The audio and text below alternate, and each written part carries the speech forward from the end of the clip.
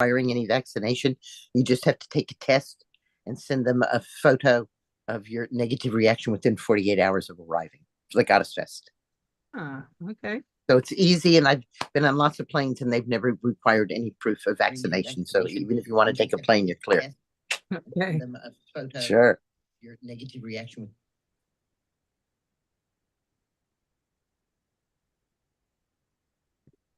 Okay, hit the record button, and here we go.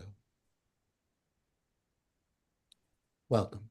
My name is Steve Stein, and I'm the host of the Time to Chill Meditation Challenge. This is kind of the inaugural meditation for our 2024 annual event, and very excited to kick off the event with the esteemed Susun Weed, leading us in a meditation, Green Blessings, Earth Heart, Plant, Breath. Welcome, everyone. Welcome, Susun. Thank you, Steve. I'm so honored to have this exalted position to lead into its Time to Chill meditation challenge. And there's that thing about the word challenge. And I was thinking even about what we're doing today.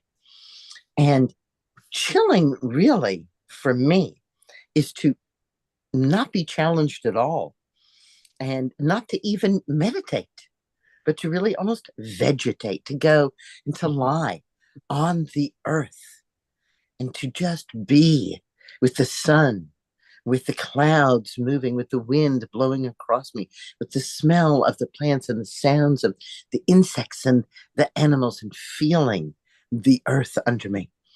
So I thought it would be wonderful if I took us all on an imaginary journey to such a space, and that you could remember it throughout this whole series of events that Steve has curated and brought for you. You know, we're going to start with down.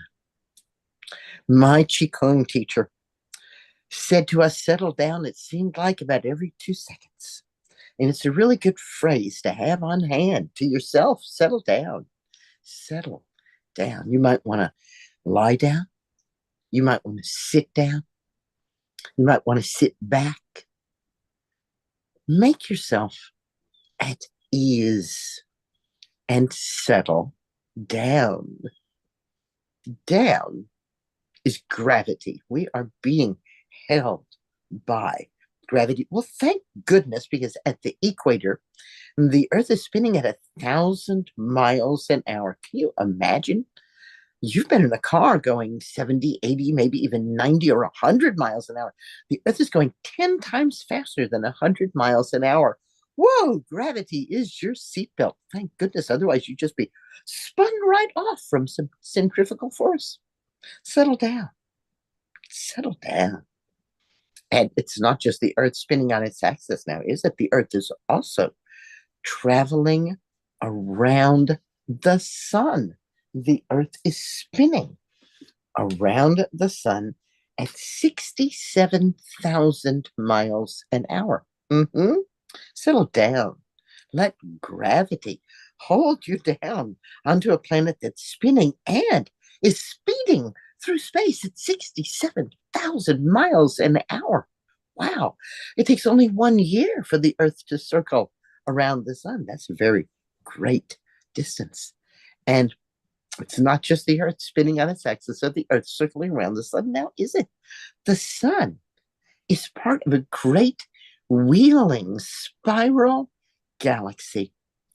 And it takes the sun quite a long time to make one revolution. In fact, the sun has only gone around the whole spiral galaxy, with the spiral galaxy, which is revolving 20 times in its entire life of billions of years.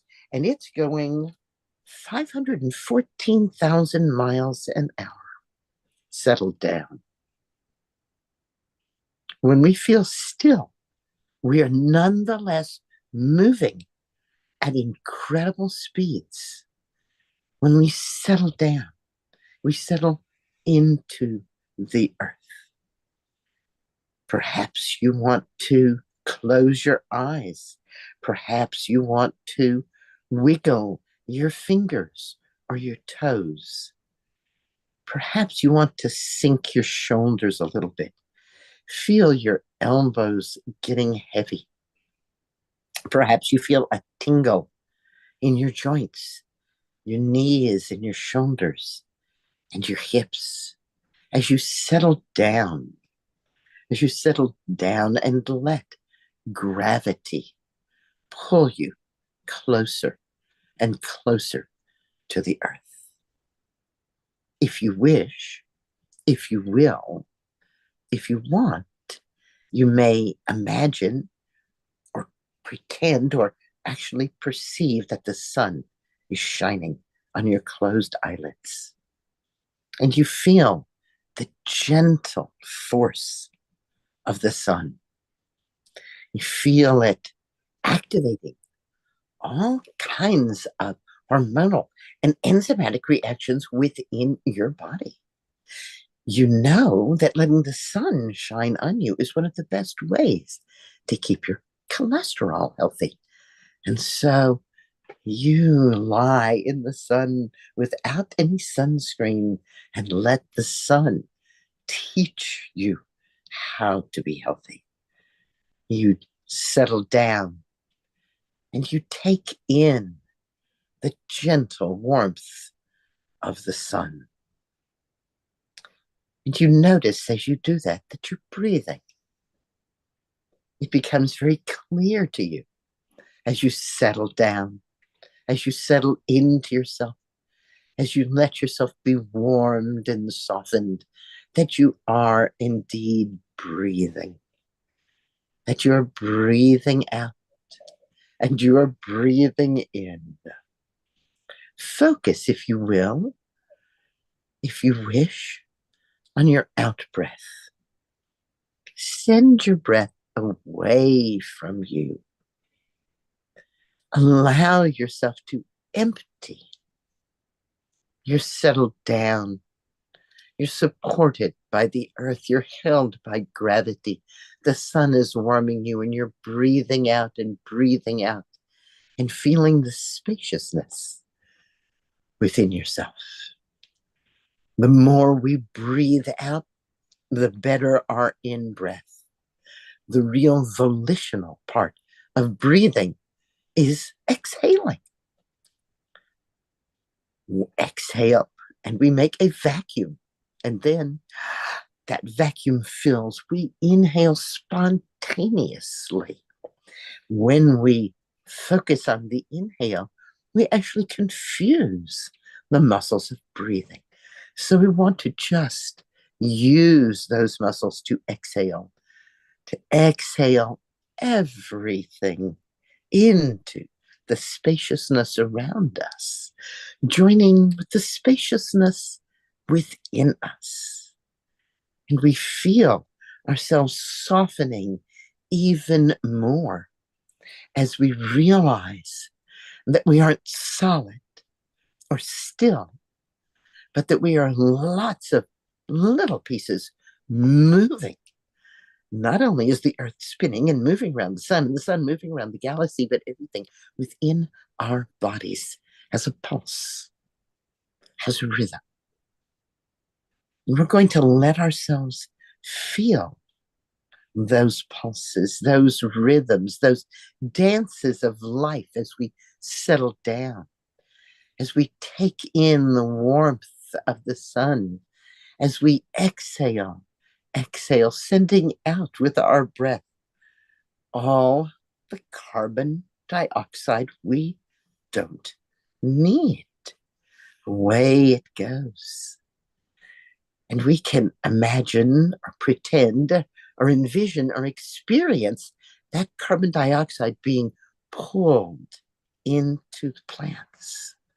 The plants are breathing in and taking in the carbon dioxide that you have exhaled. Feel your own breath being taken into the plants. And then imagine or pretend or experience the plant breathing out.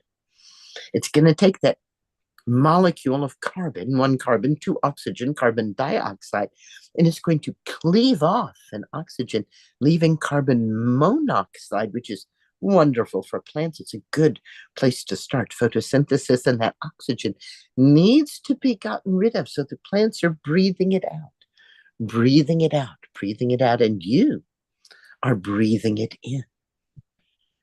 You exhale carbon dioxide, one carbon atom, two oxygen atoms. The plants take that in, cleave off an oxygen atom, and breathe it out. You breathe that in, it turns your blood red, and it circulates to every cell in your body, and you breathe out the byproduct of your metabolism, carbon dioxide. Every breath, a giveaway dance.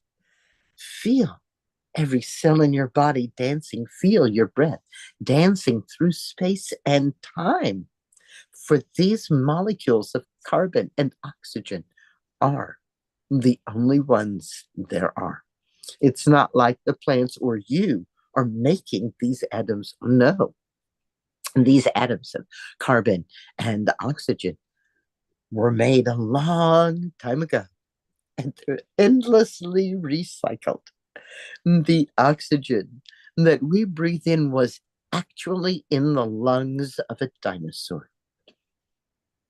If you are subtle, if you are sensitive, you can feel what it's like to be a dinosaur, to have your large, large lungs fill up with the gift of the plants.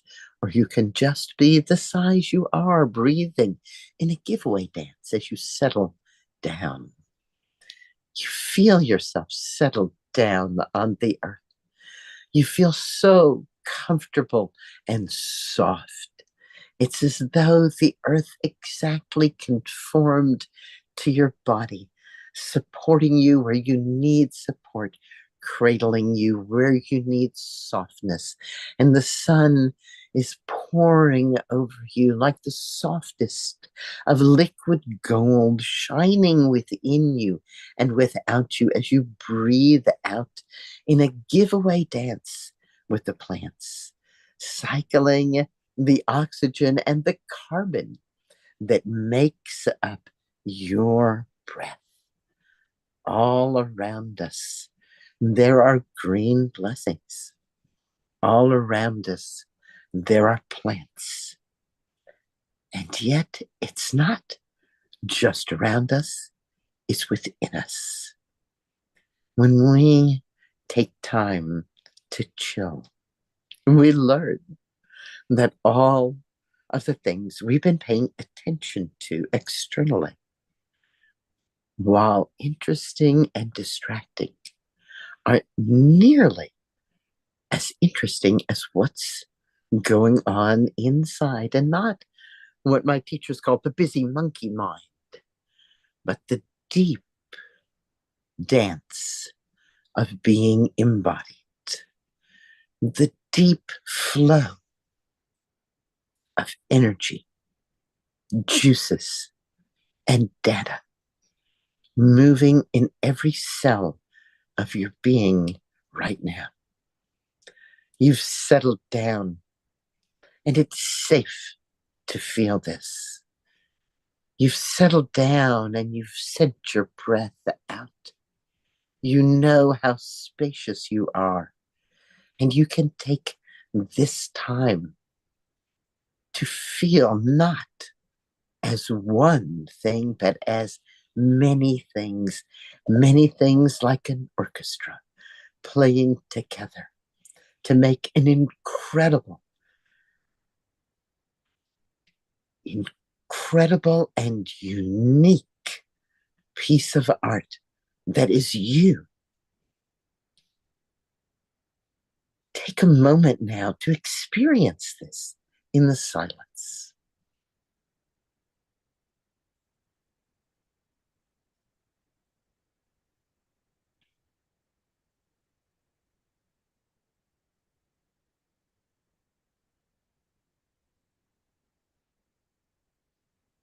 Feeling the energy, feeling gravity holding you. Soften.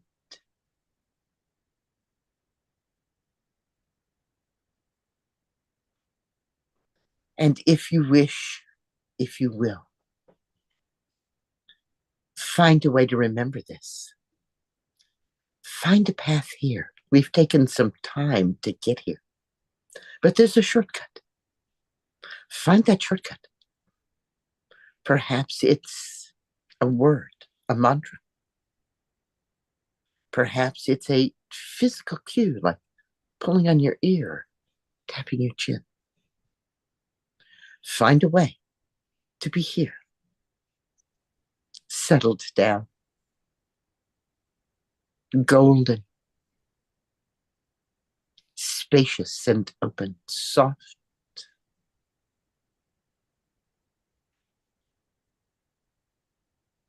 and full. And then let's come back. Let's come back to our perception of ourselves with a boundary, with an outside and an inside, with a me and a you, with a this and a that. Let's come back to this place, to this consensual reality, knowing that green blessings are in every breath. Feel yourself settled down and feel the heartbeat of the earth. Let it beat with your heart. Synchronize your heart to the heartbeat of the earth. Become one with the great rhythm of the earth, the great electromagnetic field put out by the pulsing of our planet. Settle down into it. If you wish, if you will, repeat after me aloud or silently. My heart beats as one with the heartbeat of the earth. My breath is a giveaway dance with all of the plants through all of time.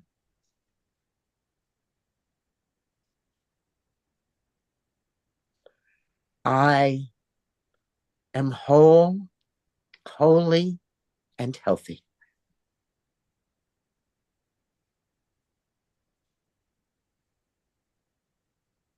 Now add anything else that you wish to add that's important to you right now, silently or out loud.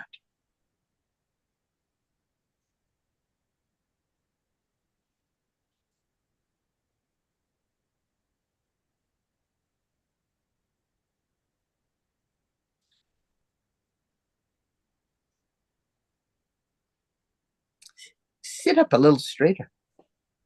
Sit up if you're lying down. Bring yourself kindly up by rolling to your side, knees bent, and pushing up with your head hanging down heavy. And shake yourself a little bit. Shake your shoulders, shake your arms, shake your head, shake your hands, just gently, gently, gently, gently, reminding yourself, oh yes, here I am, joints and all. Thank you for playing with me today. Green blessings, everyone.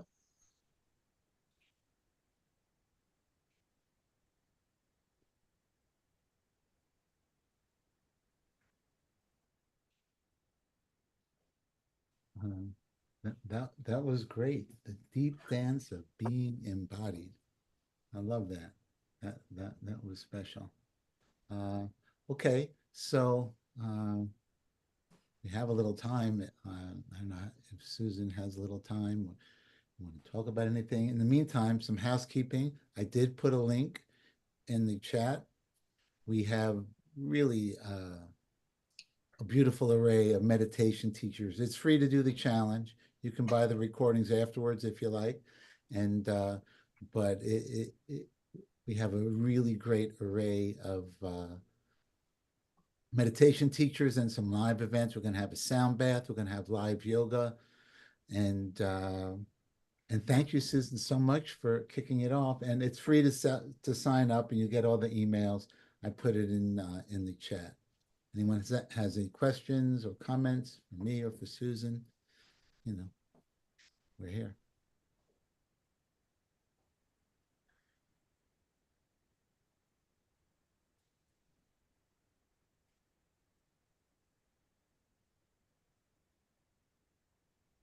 We're all pretty blissed out.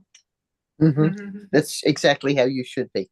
I love the, I know it, the breathing in, breathing out with the plants, but there was just something that went so deep with that.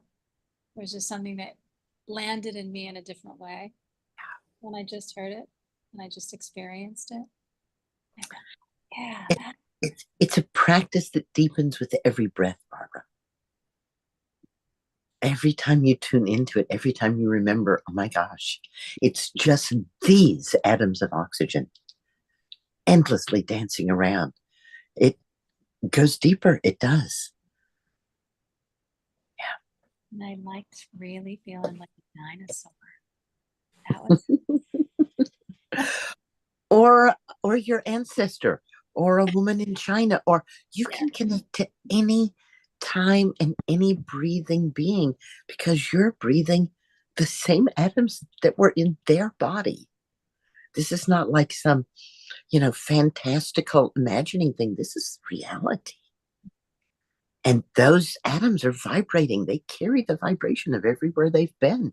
I was just listening to a fertility conference, and the woman who was doing this was talking about the prime mester, which is the 100 days before you get pregnant. And she says that the egg is developing and taking in the vibration of everything that you think and that happens to you during that 100 days. Wow. So just imagine what's in the vibration of that oxygen atom, because it's not a single thing, right? It's a core, and then there's a cloud of electrons dancing around, this sparkling net of electrons.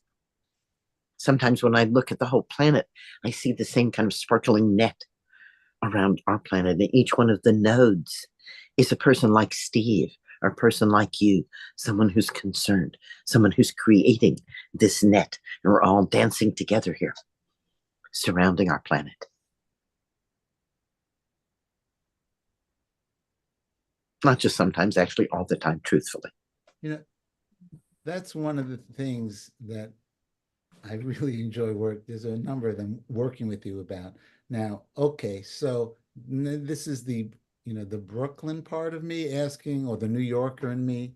So I remember that beautiful idea that if a butterfly flaps its wings on the other side of the world, that you feel it here, or something like that. That it causes a hurricane, in fact, I think is the saying. Right. So it sounds parallel to what you're saying, that I'm breathing in dinosaurs. Where's the science? Or I'm breathing in the same air that brought that? You are literally breathing in the same oxygen atoms, is what I'm saying. That's all. That's the science. Check it out. Do you think there are new oxygen atoms being made? No, hon, it's the same old, same old. And what I'm proposing is that these atoms are not just still little things, but that they are vibrating, which again is science, right? We know there's an electron cloud and a nucleus in that atom. I'm not making that up, right? So what allows those atoms to become molecules is movement in those electron clouds. The electron clouds actually have to fuse together in order to make a molecule. And again, this is just, basic science here that we all learned way back, right? And then when the plant cleaves the carbon and the two oxygens apart and puts them back as individual atoms, that I'm saying that these atoms of carbon and oxygen are being impacted by this exchange, by the movement, and that they circulate and have circulated on this planet since the first green plants breathed out. Since the first oxygen breathers breathed in, we have been breathing in, and the plants have been breathing out the same atoms of oxygen. So if you are subtle enough or sensitive enough to tap into that vibration, then you can use that as a shamanic portal. That your breath is how you get there.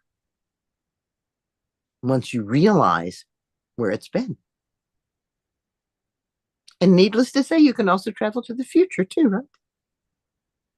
So we've all been around the block a few times. I love Joanna Macy says, you are made of planet Earth.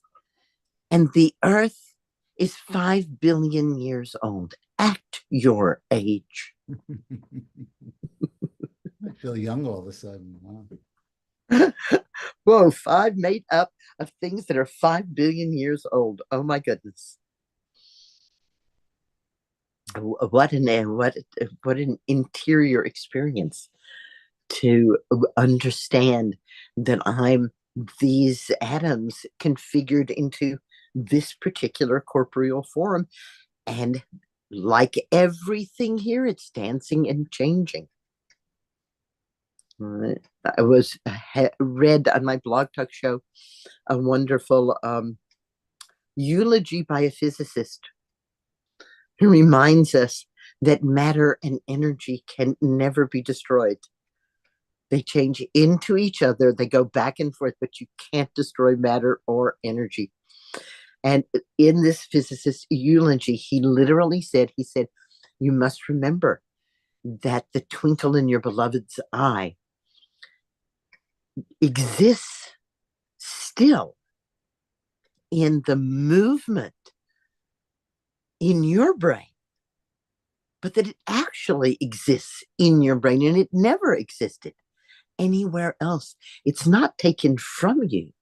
You still have it. And they went on to say, as I'm saying, that the air that we breathe together. Well, COVID certainly taught us this, that we share our airspace. And it's liberating. It's a little sobering too, because when you're young, you think, oh, the ocean and all the vast fresh air and the forest, but you're saying it's a finite amount of air, elements we're dealing with. That's right. That's exactly what I'm saying. It's a finite amount. Julie, would you go into the other room? In the chair where the extension cord is under, we don't need that. There's a basket. And in that basket is something about the elements on the planet. It's a printed sheet of paper. If you could bring it in here, I think that would be fascinating. Our local astronomer, Bob Berman, hasn't been writing for a while. And I was so glad to see his column reappear in the Woodstock Times. Are you able to find it? Does it have pictures or just... No. It's just a typed piece of paper out of the printer in that basket, the little basket right there on the chair. Okay, she can't find it. Excuse me a moment. I can find it. Sure.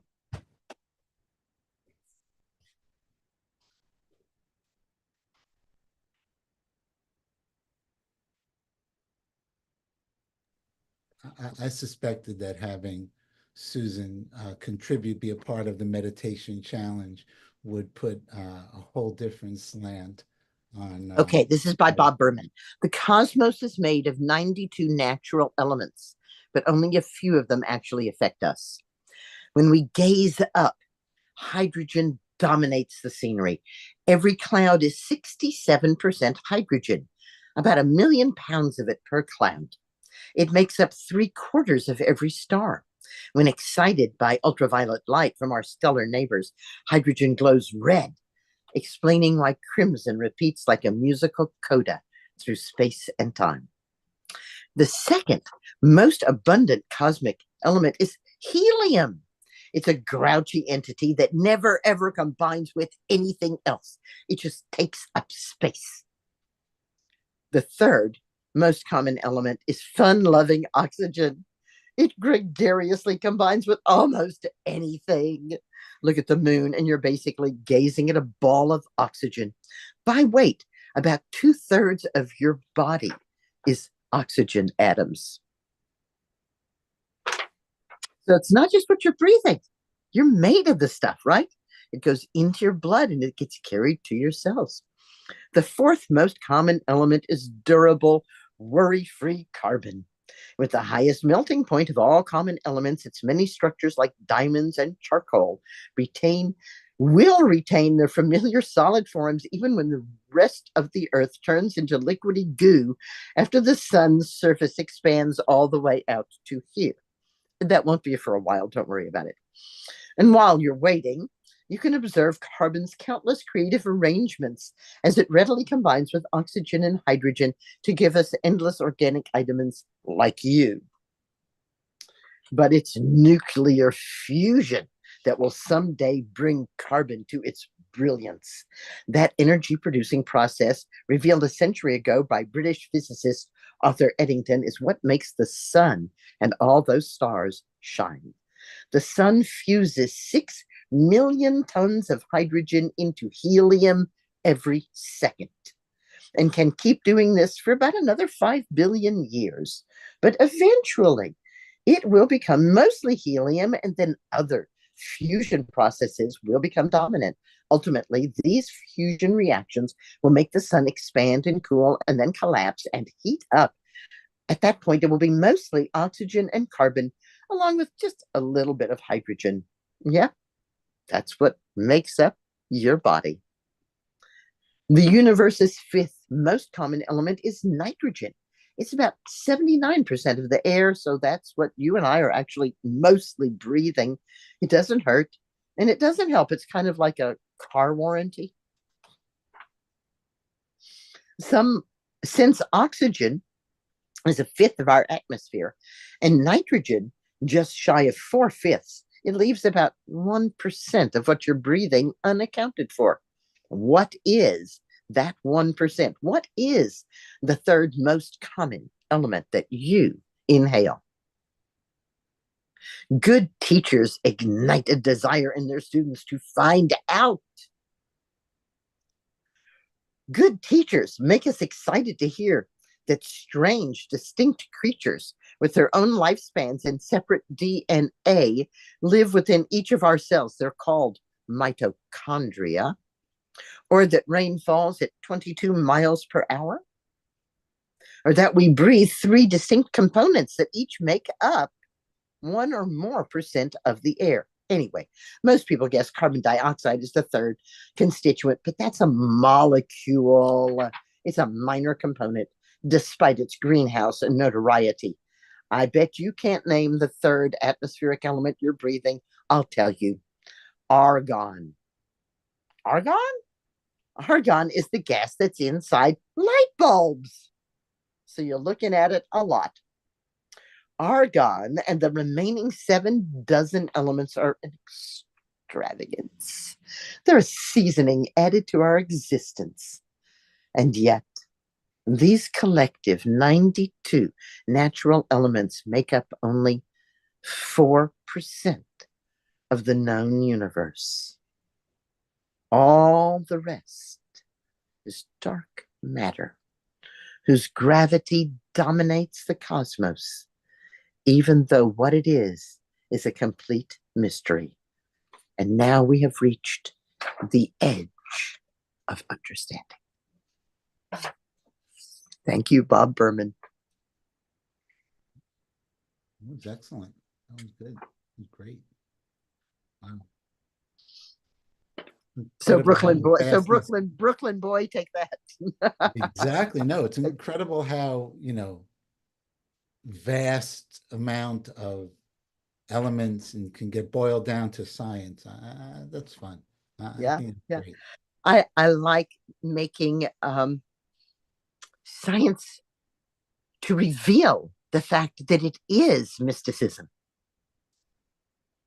that when we really experience these things, not just think them, but when we experience them, when they impact us physically, that it really alters us and changes how those things zap around in our nervous system, which I think is what you're hoping to do with Time to Chill Meditation Challenge, is to help people rewire their nervous system, because there's a lot of anxiety going around, and anxiety, is contagious. So thanks for giving us this opportunity to see that we are a unique and important part of a very vast whole. That's awesome. That's a great note to finish up on. If you came in late, or if you don't know why you got the Zoom link, this is a kickoff event of our Time to Chill Meditation Challenge. And it actually starts on Monday. It takes 20 minutes a day. And we have a real array of meditation teachers that you definitely heard of and some that you haven't heard of. And I never even, I was just off the cuff. I said, Susan, can you open us up for the meditation challenge? And wow, once again, great stuff. So anything else from anyone or Susan? But that was great. Thanks for all showing up. And I put the link. Some people came in late. If you want to join the challenge, we have a live on Sunday. And then next week, it's going to be fun. And this is all brought to you by the WisdomFeed Plus, our membership that we're building out, and hope to see you there one day as well. All right. Okay. Thank you, Susan. Thanks everyone for showing up. Bye-bye. Good blessings. Blessings. Bye-bye. Blessings. Thank you, Susan. Thank you, Steve. My pleasure. Thank you. Green blessings. All right. Green blessings. Bye. Everyone. See you. Catch you next time. Thanks.